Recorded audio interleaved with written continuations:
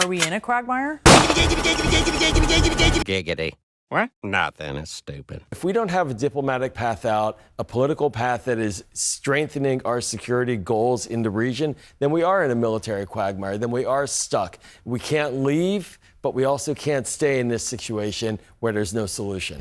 Calling this a quagmire 2 months in. The effort, what they've undertaken, what they've succeeded, the success on the battlefield that could create strategic opportunities, the courage of a president to confront a nuclear Iran, and you call it a quagmire, handing propaganda to our enemies. Shame on you for that statement. Thank you. And statements like that are reckless to our troops. Don't say I support the troops on one hand, and then a 2-month mission is a quagmire. Y'all to do me a favor, hit that like button, share my videos. Please make sure you subscribe. Make sure your notification buttons are turned on to all. Subscribe to my alternative channel just in case YouTube give me the slip or something. You'll know how to find me. Don't forget to check me out with all the podcasts and follow me on Rumble in the Jungle. All the links are listed below. If you want to donate to my channel, feel free. Those links are below as well. President Trump. So now, here we go to this hearing that Pete Hegseth went to for, you know, the Congress. And we already know the Democrats are the masters of lies. They're the ones that, you know, perpetrate the lies and then the media parrots it. And they're lying about what's taking place over in Iran. And the Democrats are, you know, feeding it to them. And of course, giving Iranian leadership, you know, propaganda talking points and stuff like that. And Pete Hegseth comes out there swinging for the simple fact, we already knew nothing this administration does. They would say, oh, that actually was pretty good. I mean, that worked out decently. They have to hate because if anything good happens, that looks bad on them. See? What are we stopped here for? What's the matter with that space over there? It's too tight. Too tight? You can land a jumbo jet in there. They don't want to talk about their botched exit from Afghanistan. Wait, leave him alone. He's a natural. Into Tyrone. I'm sorry.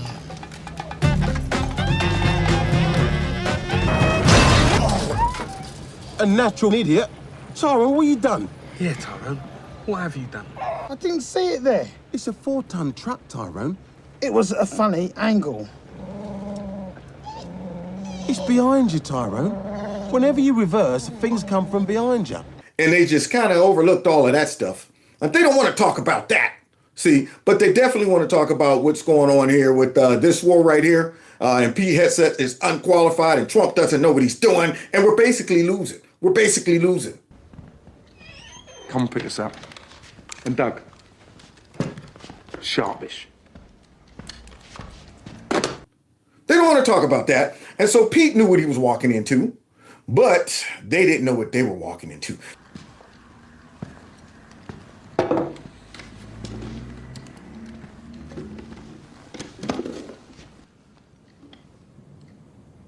What's your name? Shoot him. Ooh. So let's get into it. Trump, unlike other presidents, has had the courage to ensure Iran never gets a nuclear weapon, and he's ironclad in that. Yeah, because all the rest of them just, you know, talked. And talk is cheap.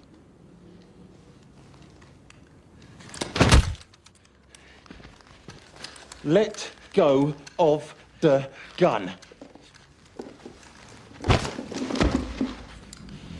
And Iran knew it. They were like, yes, don't worry, don't worry. We're not working on nuclear bombs, don't worry. But death to America. Don't forget that. Well, wait a minute. How you gonna kill us if you ain't got no nuclear bombs? By hateful thoughts. That's it. Don't worry. We're not working on nukes. No. But don't forget, death to America. So now, here he is. Like, yeah, Trump's the only one who had the gonads to do something about it. You're having second thoughts. You're shrinking. We're the best negotiator in the world driving that deal. That's true. The biggest challenge, the biggest adversary we face at this point are the reckless, feckless, and defeatist words of congressional Democrats. And that is so true. Some Republicans. And some Republicans. Isn't it odd that we are fighting more with the folks on the inside than we are with the folks on the outside? So now, let's go ahead and listen to Pete expose the traitors within. And the fact that you've got replica written down the side of your gun. And And the fact that I've got Desert Eagle .50 written on the side of mine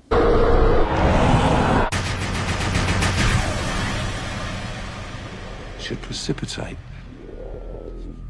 your balls into shrinking along with your presence.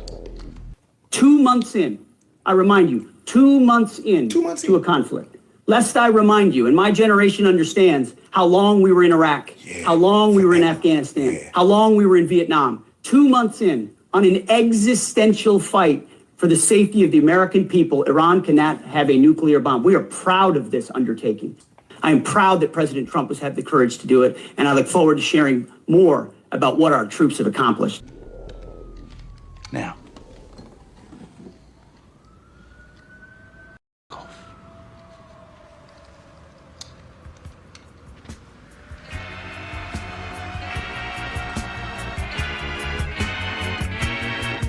Yeah. However, before you get into that, Pete, let's address this stinking, nasty, treacherous Democrat and what he had to say about this, brief war in Iran so far. But if I may. Yes, please. I didn't get a chance. I didn't see a question in the statement from the congressman. I hope you appreciate how reckless it is. When I said reckless, feckless, and defeatist of congressional Democrats at the beginning, that came after watching you say the same thing on CNN this morning, a quagmire. My generation served in a quagmire in Iraq and Afghanistan, years and years of nebulous missions and utopian nation building that led us to nothing. What we have right now, the way you stain the troops, when you tell them 2 months in, Congressman, you should know better. Shame on you. No, because they have no shame. So this fool goes out there and says, they got us in a quagmire. Giggity. They don't care how that psychologically weighs on the troops. They don't care of the ammunition you're giving Iran. Even their own people say that in Quagmire, it shows that we are winning. We're winning. They can't defeat us. Drug them into a quagmire. No. If I am a troop, a military, serviceman, I would not even consider voting for a Democrat because they will roll you under the bus just to roll Trump under the bus. And that's how they roll. They hate him so much and want to get back in power. Anything attached to him is collateral damage. They have no loyalty. They have no patriotism. They have no respect for the troops. It's like, we'll throw them under the bus too. They're threatening that the troops are also committing war crimes. These folks are the worst humans in our country, hands down. So Pete's going to let them know what you just did is so disrespectful, thinking you're only disrespecting Trump. Calling this a quagmire 2 months in. The effort, what they've undertaken, what they've succeeded, the success on the battlefield that could create strategic opportunities, the courage of a president to confront a nuclear Iran, and you call it a quagmire, handing propaganda to our enemies. Shame on you for that statement. Thank you. And statements like that are reckless to our troops. Don't say I support the troops on one hand, and then a 2-month mission is a quagmire. Yeah, they do that all the time. We support our brave men and women and police. And next, police are white supremacist, racist. But the ones on the Capitol, the brave men that's how they are. Yeah, they would throw anybody under the bus. That's a false equivalation. Who are you cheering for here? Who are you pulling for?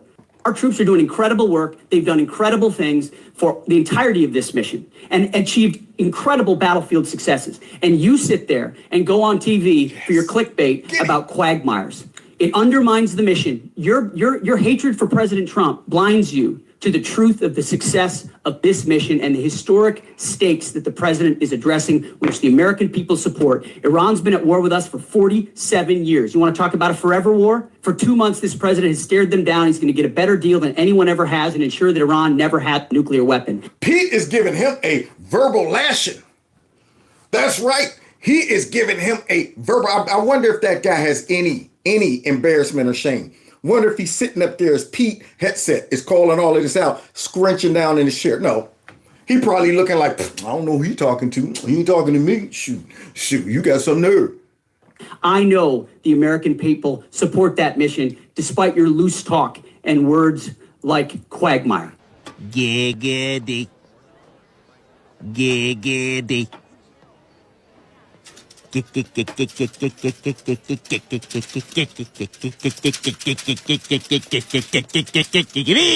heard Congressman Hegseth's response to the suggestion that this war is a quagmire, right? He said it's nothing like Iraq and Afghanistan, which he called quagmires. And of course, those wars lasted decades. This war, he said, okay, look, it started 2 months ago. Fine. Initially, they had said right before it started, it would be just a few days and then a few weeks. You look at her, slide her jabs in. You see that? Fine. I mean, he said it's just a few days, then went to a few weeks, and this and that. Do they fire? Of course they fire. Yeah, but how do you know? I mean, they're replicas. What do you know about replicas?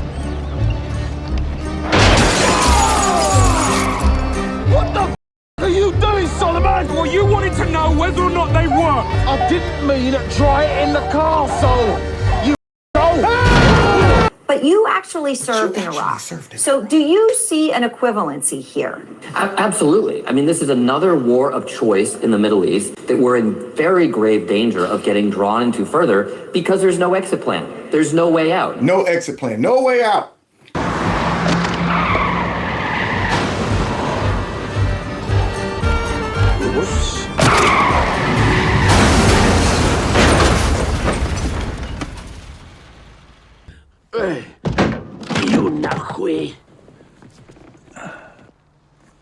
Is that Boris?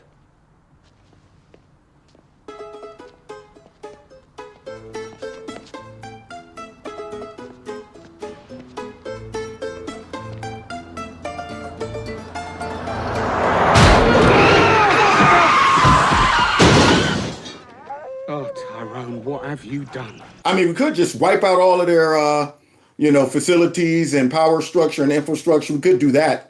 That'll give us a way out and just take over, that little island and take over that and just, control the oil. We could do that. Or we could just continue to starve them out until they tap out. We could do that. But here you are. They have no plan. They have nothing. So now we're going to end with this guy thinking he's going to get Pete Hegseth with some harsh words, a hit and run. Mr. Hegseth, I stand by what I said last time you were here. You were incompetent then. You're incompetent now. Incompetent. You see the smile on Pete's face like, oh, here we go. Here we go. I'm incompetent. I done pulled off some of the greatest, war strategies of the modern time. We went in and snatched Maduro, bounced, nobody got hurt. We blew up their facility the first time. Wonderful mission. Now we're blowing up narco terrorists.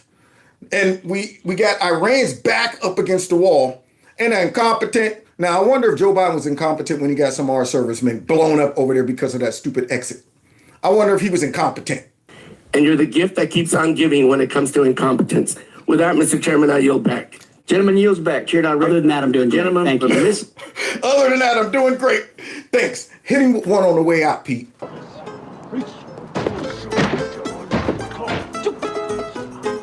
Boris.